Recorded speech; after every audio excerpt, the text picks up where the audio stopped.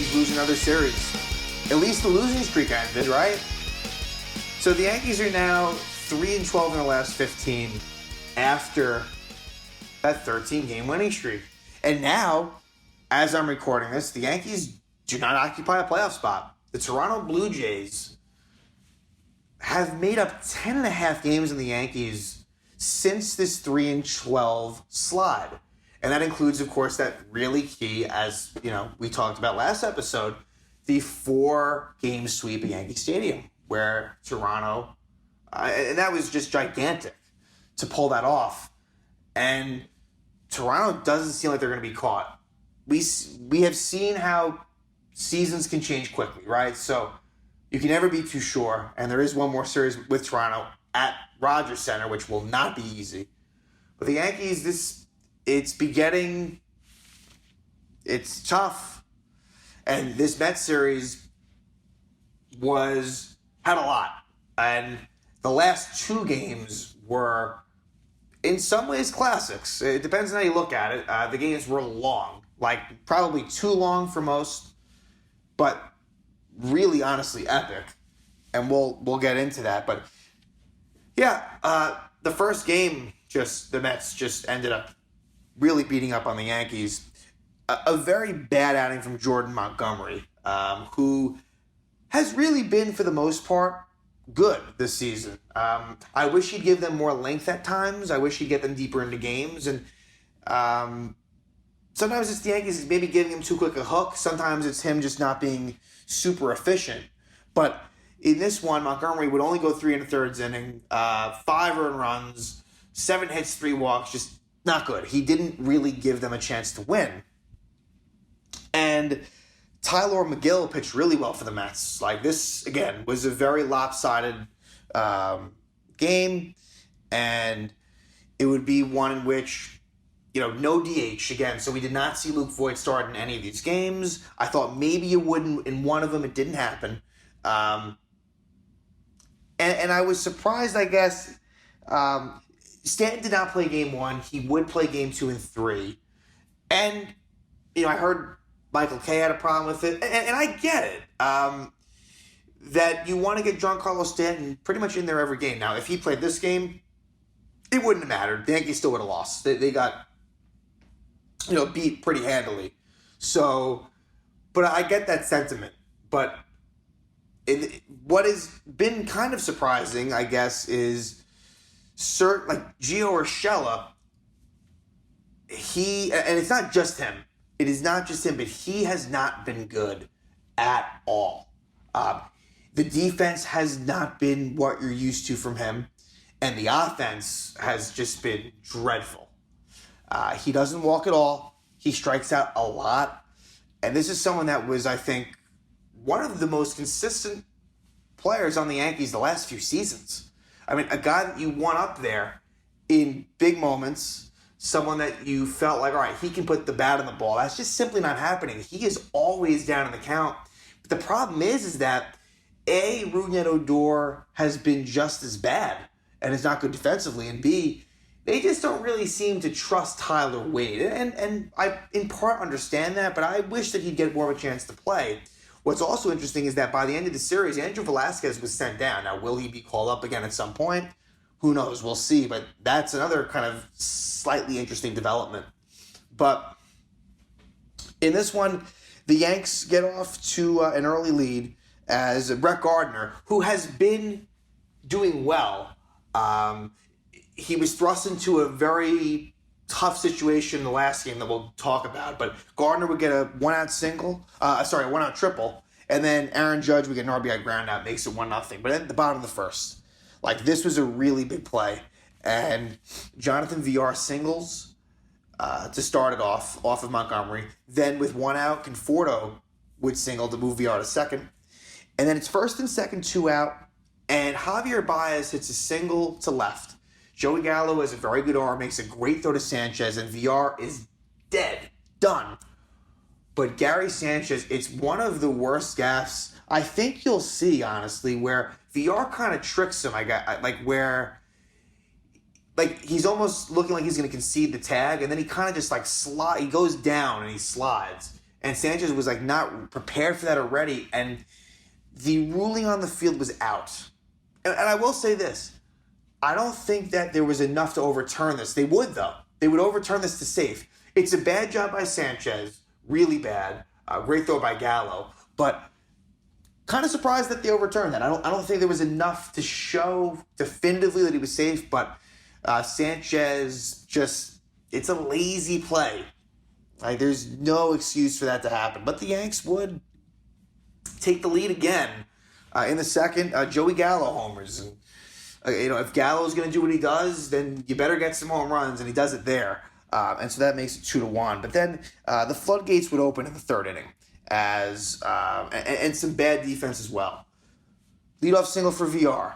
Walk for Lindor. Wild pitch, walk Conforto. Bases loaded walk Pete Alonso. I believe that was Jordan Montgomery's first bases loaded walk of his career. So that ties it at 2. Then Javi Baez hits a ground ball to Gio Urshela. Makes a nice play to get there. Kind of rushes the throw. It wasn't a great throw by Gio, but Sanchez can't come up with it. And I felt like Sanchez certainly could have caught this. So equal blame, I think, goes to Gio and Sanchez, them continuing sort of their struggles. And so everyone's safe. Run scores, makes it 3-2. That shouldn't have happened. Then McNeil gets an RBI bunt single. That makes it 4-2. Then it's a sac fly for Kevin Pillar. It's 5-2. And Montgomery just really struggled. The defense didn't do him any favors, but still, just not acceptable. Then in the fourth, Francisco Lindor homers. And what's funny about Francisco Lindor is that I feel like this season, he's done, you wouldn't know, if you looked at his season stats, you wouldn't think it. But against the Yankees this season, he's done well. And he really made his presence felt in the last game. But it was tough not being able to really contain him at times just because, again, of just the pronounced struggles that he's had. But Lindor would make it 7-2 at that point. Let's see. Right. James Buchanan had an RBI double in that inning before. So that made it 6-2. And then the Lindor homer makes it 7-2. They would bring in Joely Rodriguez, and he would give up an RBI double to Javier Baez, and that would make it 8-2. This was a blowout. Not a whole lot to see here. Michael King actually returned. So Michael King, he replaced Sal Romano, who had been up for that one game against the Blue Jays. Michael King, I always say this about him. He when the game isn't close, he can give you some pretty decent innings. He would eventually give up some runs, but they weren't earned. It was an error, but it was what should have been a double play where Gleyber Torres has a throwing error, and it leads to 2 runs. So it was basically a 1-out play. If he makes that play, the inning is over at 8-2, but 2 runs score there. So Gleyber's defense is just not reliable at all. That makes it 10-2. And Albert Abreu would actually come out in the 8th, which is interesting just because I think he's one of the better relievers. But luckily, he would be available the next day and he'd be needed. But Abreu pitches a scoreless 8th.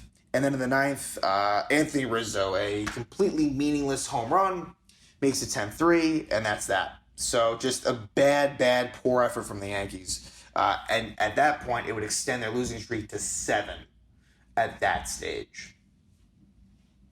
So we moved to game 2. Now, this was like the 9/11 game. This is like the 20th year anniversary. And this was a very fun game. I felt like the last 2 games were really epic. And in this one, it would be Joey Gallo on the bench. So they went with Gardner again, but they would switch that up in the last game. So Gardner ends up getting 2 starts, Gallo ends up getting 2 starts, and Stanton gets 2 starts among that crew. But in this one, Higashioka would catch, as it made sense. He has had history with Kluber this season, and Sanchez has struggled the night previous. So it would be Taijuan Walker for the New York Mets. And the Yankees would jump out to a 5-0 lead in the second inning. As Kyle Higashioka hits a 2-run homer, so does Brett Gardner. That makes it 4-0. And then Aaron Judge hits a solo shot, and Judge had one hell of a night. And that would make it 5-0. But in the bottom of the second, Kluber would struggle. And for Corey Kluber, he has not looked good since returning from injury. He's not someone that you can trust at all. And just in general, the Yankee pitching has taken a beating via injury, ineffectiveness, all of it. it's a problem. I think the Yankee pitching right now is honestly as bad as it's been in a while, where I felt like that was what was kind of keeping it together for the longest time. And now that that's gone, it's become very challenging. So it's a leadoff walk to Javi Baez, which you never want to do because Baez never walks. And so he walks him. Then it is a strikeout to Jeff McNeil and Baez still second. Then you get an RBI double by Kevin Pillar, an RBI triple by James McCann, and an RBI single by the pitcher Taijuan Walker. Just bad job by Kluber. It makes it 5-3. And Taijuan Walker would settle down. Give him credit. He was able to, sort of stop the bleeding. In the bottom of the third, that next inning, Javier Baez, it's a solo shot. Makes it 5-4. Kluber would end up pitching 4 innings, and Lucas Licky would pitch a scoreless 5th. But he would start the 6th, and I felt like that was a little bit risky to do. He would walk Jeff McNeil, and I felt like, with Licky, you got a good inning out of him. I would have personally went with Clay Holmes in this inning, but they didn't. They go to Chad Green, and Chad Green, he is a home run motherfucking machine. He's given up this was his 12th. He gave up his 13th the next game. And I understand that naturally because he is a high leverage reliever, the home runs he gives up are going to be big, but still, I can't emphasize enough the magnitude of the home runs that he gives up. It's bad. And he's not someone that you want in the game when the game is tied or when you're trying to protect a lead. He just isn't. And and that's why that Jonathan Loaisiga injury is so crippling. Because what happens is, after he strikes out Pillar, it's a 2-run homer for James McCann. And that makes it 6-5.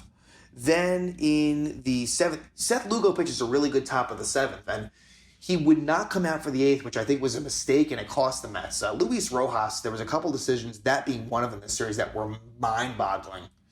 So, bottom of the 7th rolls around and Clay Holmes comes in. And Clay Holmes' bugaboo to me is the fact that with 2 outs, he can't quite seal the deal, where, he'll look really good, but then I think when closing at the inning, it's been a bit of a struggle. So he gets the first 2 outs, and then Javier Baez reaches on an infield single. And this was a play that the Mets challenged, and it was overturned. Originally, he was ruled out. And I thought this was tough, too. I don't know what they saw here to overturn it, but they did, and it would cost the Yankees, as McNeil would single, and then Kevin Pillar would single to score Javier Baez, make it 7-5. So Clay Holmes, he has also kind of been fighting it lately. But in the 8th, luckily for the Yankees, the Mets would bring in Trevor May. And Gardner gets a single, and then Aaron Judge hits his 2nd homer of the game, his 32nd homer of the year, and that makes it 7-7. So Judge, he was really good defensively for the most part in this game, and good at the plate. So really good game for him. And then Giancarlo Stanton singles. It's, to me, Judge and Stanton have really been the guys for this Yankee team this season. When they have been doing well, those 2 have been the catalysts. No doubt about it. So they would pinch run Andrew Velazquez for Stanton, and this would pay off. I think that this would eventually pay off, and I agreed with it. They would bring on the lefty Aaron Luke to face Rizzo, who would fly out. Then Gleyber Torres singles. It was a play that maybe Lindor should have made, but didn't. So that makes the first and second one out. And Luke Voit would pinch it for Clay Holmes. And Voit hit what looked like was going to be double play, but they get the 1 out at second, but then Javier Baez just airmails it, and it would lead to Andrew Velazquez scoring. And it would give the Yankees an 8-7 lead. So really big play. And then the bottom of the 8th, they would bring on Albert Abreu, who had pitched the night before, and I thought at the time, like, why do that? But he was still available, but it almost cost them because he really had to throw a lot of pitches. He would get the first 2 outs, right? That's kind of a theme here. But then he walks Lindor, he walks Conforto, and then Alonso, it's a deep fly ball to center, but it doesn't go out. So Abreu was playing with fire there, but he's able to escape. And then in the 9th, they'd bring on Aroldis Chapman. And you never know how that's going to go. But luckily, I'll give him credit. He at least was able to find the strike zone, but he was hit pretty hard. Baez, on an 0-2 count, rips one to right, but Judge is able to make the play. Then J.D. Davis pinch hits for McNeil, gets a ground roll double down the right field line. Then Kevin Pillar strikes out. And on this strikeout, really good play by Higashioka, where could he have kept it in front of him? Yes. But then once it got by him, he did as good a job as he could to get the ball, throw it perfectly to Rizzo to get the out, to get Kevin Pillar out at first. And then it's runner on third, 2 out. James McCann would fly out to Aaron Judge. So Chapman gets the save. And this was, after the Yankees blew a 5-0 lead to come back in the 8th and win it, with the 9/11 festivities and everything. A really memorable win for the Yankees, a good win. But as they normally do, the good moments get erased. That's what the season has been. Those good moments quickly get erased, and that would happen here. And expectations for me were not high with Clarke Schmidt starting. So Clarke Schmidt, they send down Velasquez, they call up Clarke Schmidt, and I don't know, I haven't heard anything about him being sent down, but I wouldn't imagine that he would stay on the roster. It wasn't a great outing for him by any means, and I would have liked it to have been, of course, but he didn't do too well. And for the Mets, it was Carlos Carrasco, and the theme for him has been rough starts. And that happened again today, but he would settle down. But in the first, it would be DJ LeMahieu getting a leadoff walk. It was a good day for LeMahieu. He got on 4 out of 5 times, so that was good to see from LeMahieu. But he would walk, Rizzo would walk, and then Judge strikes out. And during this at-bat, it was thought that maybe there was a contact issue, and they were putting solution in his eye, but it turns out that he would get another at-bat later on, but he would leave the game due to dizziness. That's a bit of a concern. Baron Boone, was definitely downplaying it and saying that, it was just out of precaution, but they need him in the lineup, and him being taken out of this game would prove costly. And so Giancarlo Stanton, the next batter, gets an RBI double. When Stanton is locked in, there aren't that many hitters that are more dangerous. He just absolutely annihilates the ball. And this game showed that again. So it's an RBI double from Stanton. And then Joey Gallo gets a sac fly. His second sac fly in his career. I mean, Joey Gallo's been in the major leagues. I want to say he's probably been around 6 seasons, possibly more than that. He's been in the league for a while. And that was his second sac fly of his career. Just crazy, and that's just the type of player he is. So it makes it 2-0 Yankees, and that was good. But in the first, the Mets would score a run. Leadoff walk to Jonathan Villar, you never want to do that. Eventually, it's an RBI single by Conforto, as Villar would move to second on a ground out by Lindor. But, that would be it. It would stay at 2-1 in that inning. And then in the bottom of the second is when Gleyber Torres makes an error. So all these runs eventually are going to be unearned. And Gleyber Torres, the errors, they have to stop. Luckily in this game, he would homer, but it's just been bad. And so then it's a McCann walk, a sac bunt by Carrasco. Schmidt does get Villar to strike out, but then it's the first of 3 home runs in the night for Francisco Lindor. A 3-run homer makes it 4-2 Mets. And then Schmidt would be able to kind of battle. Carrasco had settled down at this point, but basically what happens is in the bottom of the 5th, it would be a ground out to Alonso and then a single to Baez. And at that point, I think I would have pulled him. But I understand that the alternatives weren't great either, because Andrew Heaney was going to be the next person that came in, and obviously no one wants that. But it ends up kind of costing them. Jeff McNeil doubles. Then Kevin Pillar is hit by a pitch, and so then they bring Heaney in to a tough spot. Bases loaded, went out, and he would actually come out of it all right. It would be a sac fly for James McCann, and then J.D. Davis is a pinch hitter, grounds out. So it's 5-2 at the end of this. Not a great start for Clarke Schmidt for me. I don't think we'll see him a whole lot unless it's out of pure necessity. And that would be it for Heaney. And the reason for that is because Jarice Familia would come in the 6th. With 1 out, it's a Joey Gallo walk, and then Gleyber Torres homers. It's a surprise, as he really hasn't done a whole hell of a lot of that. And his home runs, they're sky pops. But I'll take it. I'm not going to complain. But he doesn't really hit line drives. It's high fly balls. And this one would go, and that would make it 7-4. So, but the problem was in the bottom of the 6th, Wandy Peralta, they've been using him a lot, and he's been struggling. The good thing, though, was he would pitch 2 innings here, but in the first inning, he gives up a home run to Francisco Lindor. And as Lindor is rounding second, he's kind of jawing, I'm not sure who he was, in someone's direction, and he's doing this whistle sign. I guess the Mets felt like the Yankees were maybe picking up Taijuan Walker's sign, like the signs and the Yankees were whistling. I don't know. I'm not sure exactly what it was. To me, it seems like a whole lot of nothing. Look, if you can detect, if a pitcher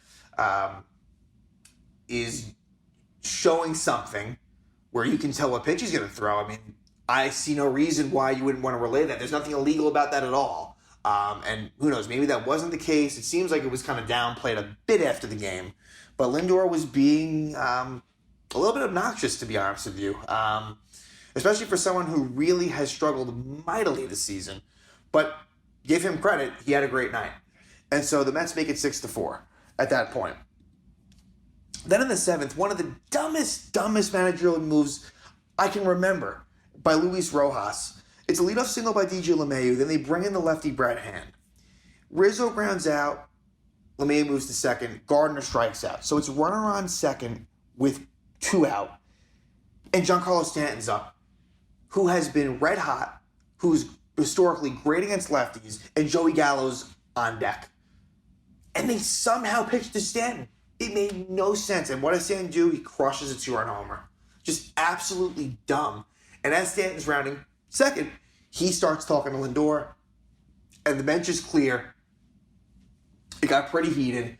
Nothing happened. No punches were thrown. Nothing crazy. But things were definitely getting intense. And so that tied the game. Then Peralta pitches a scoreless seventh. So even though he gave up the home run the inning before, he's able to come through there. Then in the bottom of the eighth, Chad Green comes on. And what do you think he does? What the fuck do you think he does? Oh, that's right. He gives up a game-winning home run because that's what he's good at. And who does it? Francisco Lindor, who the one big moment that Francisco Lindor had against the Yankees was in the postseason in 2017, where Lindor had a big home run off of Chad Green. So for me, I'm thinking, just don't give him a home run. That's exactly what he did. Just a gut punch. And kind of just the same old story type of shit. So that makes it 7-6 Mets. The third home run of the game for Francisco Lindor. Then, in the ninth would be Edwin Diaz. And Rougned Odor would strike out to start the inning. And it's for Odor, it's been bad. It was a nice story for a while. I think he served a definite purpose. But he is a bench player. And it's tough for him, too, to get sporadic at-bats. Naturally, it's going to hurt you. But DJ LeMahieu gets a single. And they pinch run Tyler Wade, which I thought was a smart move at the time. And then Anthony Rizzo walks. So now it's first and second one out. And it should have been Aaron Judge up here. This should have been Judge's spot, but he left the inning to do business. And it's Brett Gardner. And Gardner would strike out against Diaz. So that leads to Stanton versus Edwin Diaz. And during that at-bat, it would be a pass ball by McCann that would move Wade to third and Rizzo to second. So it's second and third, 2 out. And Stanton, who I think if any of these pitches had been anywhere down the middle, Stanton was so zoned in that I think he would have crushed it. But it wasn't. It was an inside pitch that he eventually pops out. And so the Yankees lose the series. They, are out of the playoff spot right now. Things are not good for the New York Yankees. And they have a quick turnaround as their next game is immediately a game home against the Twins, an afternoon game at that. So this is a makeup game from a few weeks ago. And the Yankees normally do well against the Twins, but this is a unique situation. They are going to have to snap out of it and quick. And no one's going to feel sorry for them. It's going to be big that Luis Gil finds that control this time. He'll be on the mound against John Gant, who he had faced the Yankees in that series against the Twins just a few weeks ago. And he's a guy that is known for walks as well. So this could be a pretty long, dragged-out game. But that will then lead into a 3-game set at Baltimore. And it's really in the Yankees' best interest to sweep. I don't think they will. But with the struggles that they've had against the Orioles have just been such a bad team, they have to come through. What'll be interesting is Garrett Cole will start that first game. So off that hamstring injury, luckily it seems like they avoided something here, and he'll be back on the mound to start that series. But this is a key week really key week where you have this Minnesota, 1 game Minnesota, 3 at Baltimore, and then 3 home against Cleveland. And the Yankees just have to win as many games as they possibly can in this really tight wild card race. But there are now 3 weeks to go in the season, and it's make or break time for the Yankees, because if they continue to play like they have, this season will not extend into the playoffs.